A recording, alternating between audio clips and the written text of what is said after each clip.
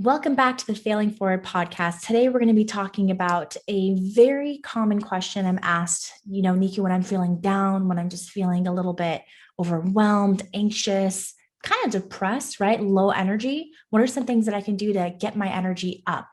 And a lot of you know my own battles with depression, suffering major depression in my adolescence, and then going through postpartum depression after having my first baby. And there's a significant difference, which we'll talk about in future episodes. But when you're kind of feeling down, you're feeling like the world is just heavy on your shoulders, there's a few things that you can do to help uplift your energy. First thing, jolt the flow. Okay. What do I mean by that? When your energy is really, really low, you're low flowing, right? So everything is kind of going a little bit slower. You're slower to wake up in the morning. You're slower to get out of bed. You're slower to do your normal morning routine, like brushing your teeth, making breakfast. If you're even choosing to have breakfast, because you might be deciding, I'm just going to skip that. I don't want to deal with it, right? You got to jolt that flow by doing things that are a little bit more high energy. So maybe you start your day with a quick, 5-10 minute HIIT workout. That can include jumping jacks, push-ups, just anything that's going to get that blood rate up, elevated, right? Maybe you do something like prayer meditation in the morning so that there's more grounding and more connecting to the present moment, connecting to yourself. You may be feeling down because you're just running, going, doing so many things for everyone else, right? Whether it be work, your friends, your family, just anything, and you forget about yourself. So maybe you need some time to really tune into yourself. Start a journaling practice, start a prayer practice, go to the gym, just do something that's going to really fill up your love cup. Okay. So jolt the flow, get that energy up, do something for you, and really focus on centering and connecting to yourself. The second thing is, if you're not feeling at your best, find a support system. The last thing that you want to do when your energy is going down and you're starting to feel down is to do it in isolation by yourself. What happens is you start to kind of fall into this rut, right? And as you're falling into the rut, you're letting little things slip by you that your friends would probably look at and say, probably shouldn't be skipping breakfast. You probably should go out there and do something for yourself, like a little bit of self-care, self-love. Maybe you go get a massage, get your nails done, ladies, something that can really love on you.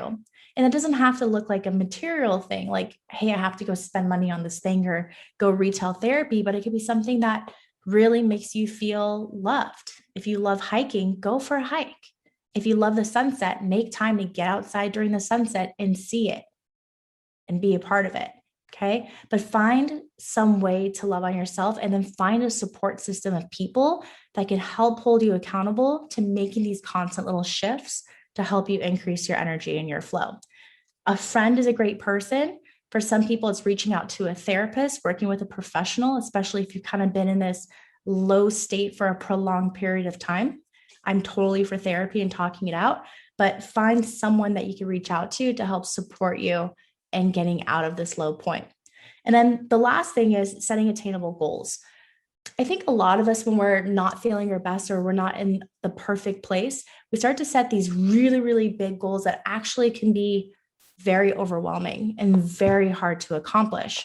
And what happens is when you set really, really big, unrealistic, unattainable goals, if you don't meet them, you're probably going to feel worse, right? You're going to feel disappointed. You're going to feel let down by yourself, and that's not going to help the situation that you're currently in. So set really, really small, attainable goals. I like to use SMART goals, which stands for the S being specific, something very specific. M is measurable. So let it be quantitative, where you can actually say pass or fail. A is attainable. It has to be something that you can achieve with the right amount of effort. R, realistic. It has to be a goal that's realistic to you. What do I mean by that? If I was setting a fitness goal and my fitness goal was, I want to go out there and deadlift my body weight, right? 130 pounds, but I've never, ever done a weighted deadlift before. That's not going to be a realistic goal. Now, it might be realistic for me because I've been working out for a while, but set a goal that's going to be realistic for you specifically. And then the T stands for time constraint. There has to be a deadline, something that you're working towards, and you're like, I need to accomplish this goal by this day, this time. And that's just going to help you get your energy and everything up to help you accomplish that goal. So set SMART goals are going to help you start to work towards that progress. As you work towards progress, you start to feel little tiny wins, little tiny accomplishments that are going to make you start to feel good. They'll uplift your energy. They'll start to make you feel proud of yourself. And it's those little wins that are going to help you come back to the best version of you. Let me know if you guys have any questions, if this helps you. And also leave in the comment box below what are some things that you do when you start to feel a little bit low energy and not exactly your best self. Thanks for tuning into the Failing Forward podcast. We'll talk to you soon.